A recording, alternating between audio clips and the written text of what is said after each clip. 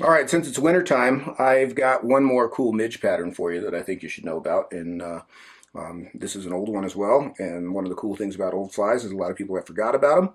So if you remember them, they're new flies. And the fish haven't seen this one necessarily. So um, this is a Kimball's Emerger is the name of this fly. And this was shown to me by Roy Palm way back in the day.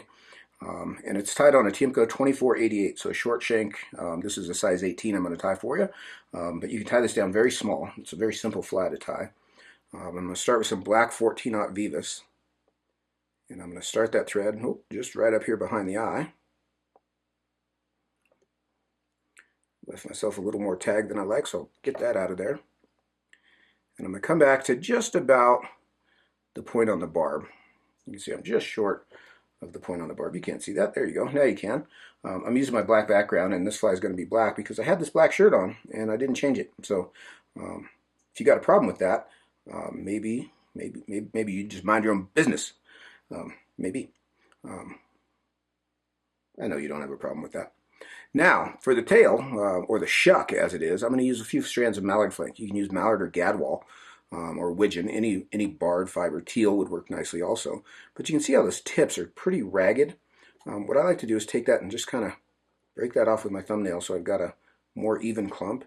And I'm going to go about a shank length long, or hook length long. This is the shuck of the midge emerging out of the shuck.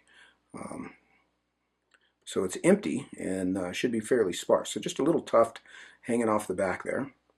And I'll anchor that down and trim those butt ends out. And then for the wing, I'm going to use some of that white macrame yarn. And you could use gray here also if you like. The white is easier to see, certainly.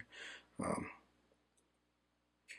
I'm going to cut the end of this square. I'll tie that in with a pinch wrap just so I catch it all. And then I'll pull it down to length. I'll try to get those butt ends all down clear of the hook eye. And I'll wrap back over those to the base of the tail as well. All right, now I'm going to take a Grizzly hackle, and you want a small one. You want something that's pretty undersized. You can see how these are just barely reaching the point of the hook. I want an undersized Grizzly hackle here. And I'm going to take and strip the butt end of the feather, like so. And I'll tie this in right at the base of that white macrame yarn. So now this part, I'm going to use a black body on this one, but obviously you could tie this in whatever color you like. So I'm going to take a little tiny pinch of black superfine dubbing. And I would put dubbing here because we're going to palmer this hackle through it.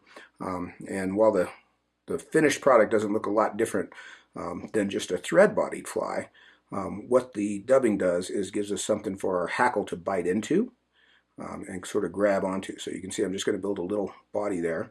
And I've left about an eye length of bare space up here at the front. And I'll leave my thread hanging right at the front edge of that body. Now I'm going to pick up my Grizzly hackle, and I'm going to palmer it through that dubbing. So like you might do a Griffith snap. Tie that off at the front of the body. I want a nice bristly body, fair amount of hackle on this one. Smooth that off, like so. Now I'm going to take my yarn and I'm going to pull it forward.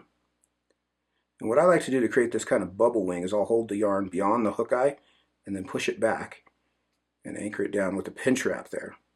So we get a couple wraps on there to anchor that in place with that little loop. And then I'll take this front end and lift it up and build several turns of thread in front of it to sort of prop it up off the hook eye. Now I'll come in and I'm going to trim that short. And one of the things I like to do here is if I roll that in my fingers, when I cut it, I can get all the strands. So I just leave that little tuft. And then I'll come in with my whip finisher and whip finish behind those butt ends. Trim that thread out. And that is a Kimball's Emerger. You can see little white tuft on top, makes them pretty easy to see. It imitates the emerging wings or the whole bug kind of coming out of the shuck. Fairly bristly. You could certainly tie it sparser, but I always tend to tie this one with a lot of wraps of hackle. I have come in at times and trim the hackle off the bottom of the fly. I usually leave that for on the water if I feel like I need it.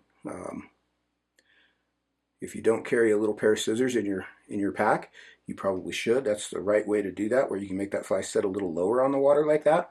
But typically I leave them with the hackle on them, and then I'll trim them on the water if I need to. And occasionally you do need to do that. So, but that's a really good little midge emerger pattern. You got fish sipping midges in the winter, especially down in tiny sizes. This is a fairly easy fly to tie in those tiny little sizes. This Kimball's emerger can be a good go-to for that kind of thing, and that Shuck is a closer for sure. They if you get fish looking at your Griffith's gnat and not eating it, something with a little Shuck hanging off the back like that can oftentimes change the game. So there's the Kimball's emerger for you today. I hope you tie some of those up and get out in this cold weather and find a fish that's rising and poking his snout out of the water and teach him a lesson. I'm Charlie Craven. Thanks for watching.